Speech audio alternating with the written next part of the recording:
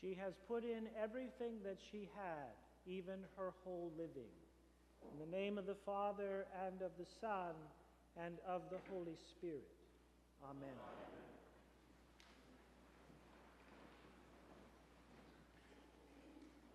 Who's the most generous person you've ever known?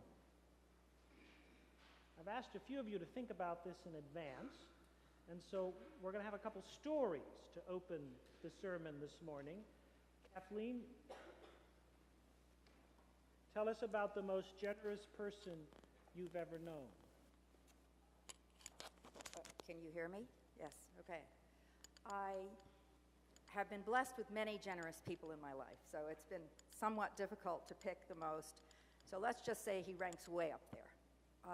And I'm going to name my cousin Todd, who is the kind of person that in a very busy life manages to find with joy and ease the time to take care of everybody else's needs along with his own. If you were standing in a parking lot and somebody had a flat tire, there'd be a group of people standing around watching Todd change the tire.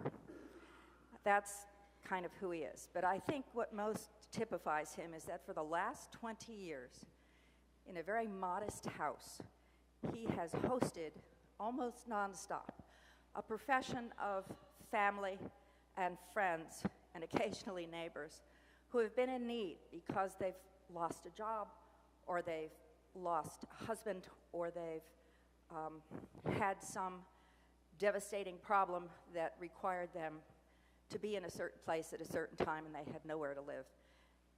20 years of sharing your home and your personal space with others, some of whom you don't necessarily like a lot.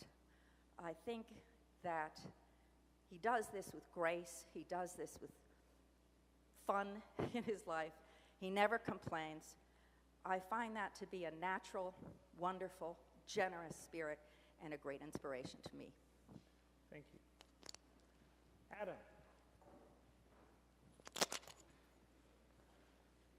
Thank you.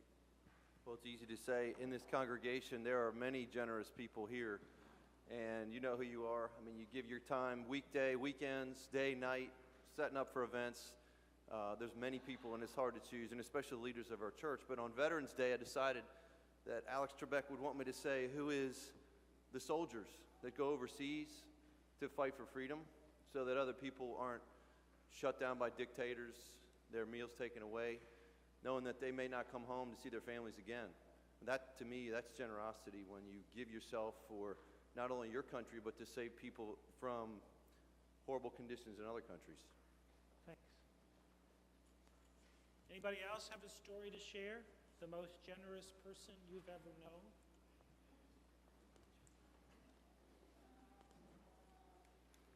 Good morning. I would like to talk about my Aunt Sarah. My mom was the oldest of 8 children. Sarah was the 7th of the 8 children. And yet, over the course of her lifetime, she has in effect become the matriarch of the entire family. She and her husband, they're both brilliant. He has a doctorate from Michigan in Russian literature, but they decided to open a bookstore and a game store in South Bend, Indiana, so that all the disenfranchised youth had a safe place to go on Friday night. So for the last 40 years, every Friday night, they've had all the misfit toys come in and play video games and board games and war games and strategy games, and it's just incredible. They chose not to have children themselves so that they could give more to the children of South Bend, Indiana. She's the most generous person I know. Anybody else? One more? Andrew? Thank you. Well, the year was 1982, and I was walking along the Mahawali River in Sri Lanka, which, for those of you who love the Bridge Over the River Kwai movie, that's that river. And I was walking along. A boy found it rather intriguing that a foreigner was walking in this area, said, "Come visit my home."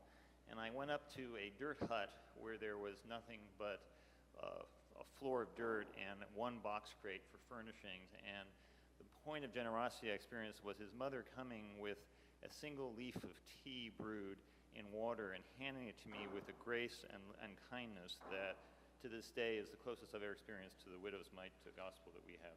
So it was in the poverty of that generous act that I saw the gospel's actual living experience. Thank you.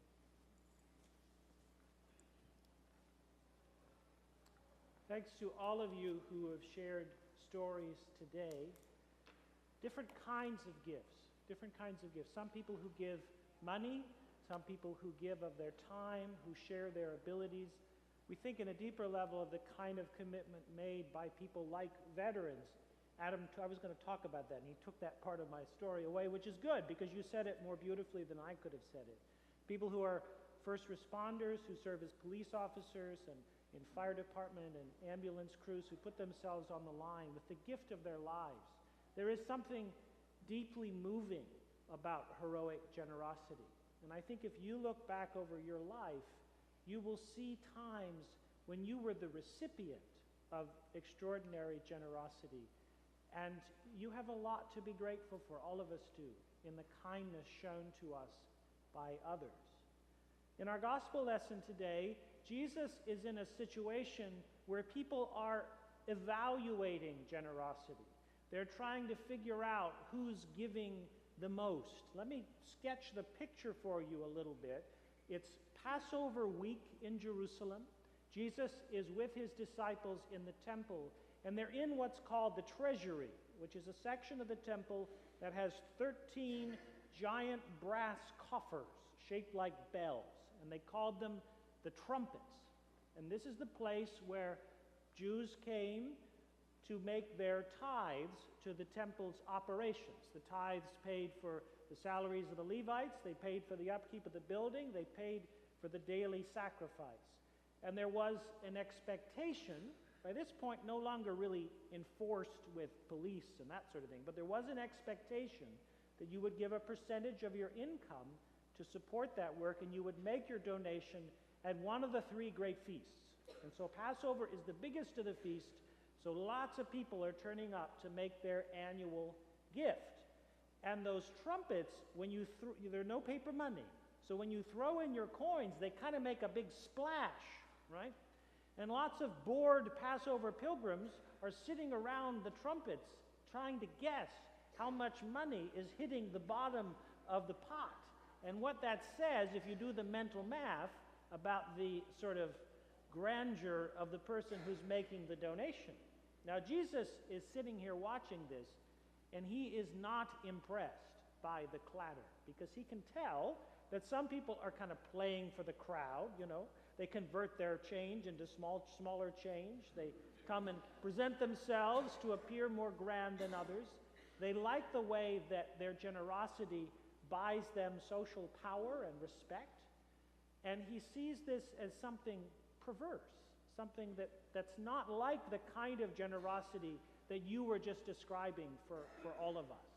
Something that just seems to be far away from what God really intends. The people see the clatter. They hear the clatter. Jesus looks on the heart, and he notices a poor widow who has come with 2 copper coins. Added together, they equal the salary of a working man for a day. This is a small gift. It's not an insignificant gift, but it's a small gift. And this woman comes and presents that in the trumpet. It doesn't make much of a sound. People don't notice. Now, what's interesting is that the tithe is a tax on income. So this woman probably did not have any income. She would not have been obliged to make this offering. But she does it out of the goodness of her heart, because she wants to play a part in the work of God in his temple. She wants to be among the faithful of her time. Jesus sees that, and he points that out as an example of heroic generosity. And what he says at the end of the lesson is very interesting. He says that she has put in her whole living. Now, this is the last week of Jesus' life, and his attention is increasingly turning to what he knows the Father has called him to do, to put in his whole living when he gives it for us and for the whole world on the cross. So this woman is an image of Jesus' own self-giving. And it's also an image of the same kind of self-giving that he calls all of his disciples to follow, to imitate him. He says, whoever would save his life will lose it, but whoever gives up his life for my sake in the Gospels will save it. So the real model for imitation is not the kind of grandees with their big sacks of coins. The real model for imitation is this widow who's given from her heart and who is given in a truly generous way.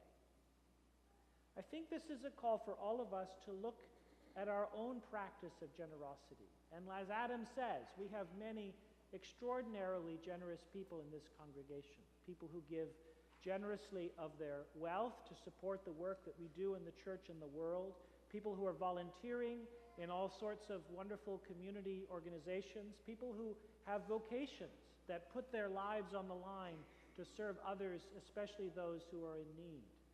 And of course today we're honoring those who have served our country in its time of peril as veterans, often at the time when they're at the peak of their physical strength, the peak of their mental acuity. They've given that gift over to serve.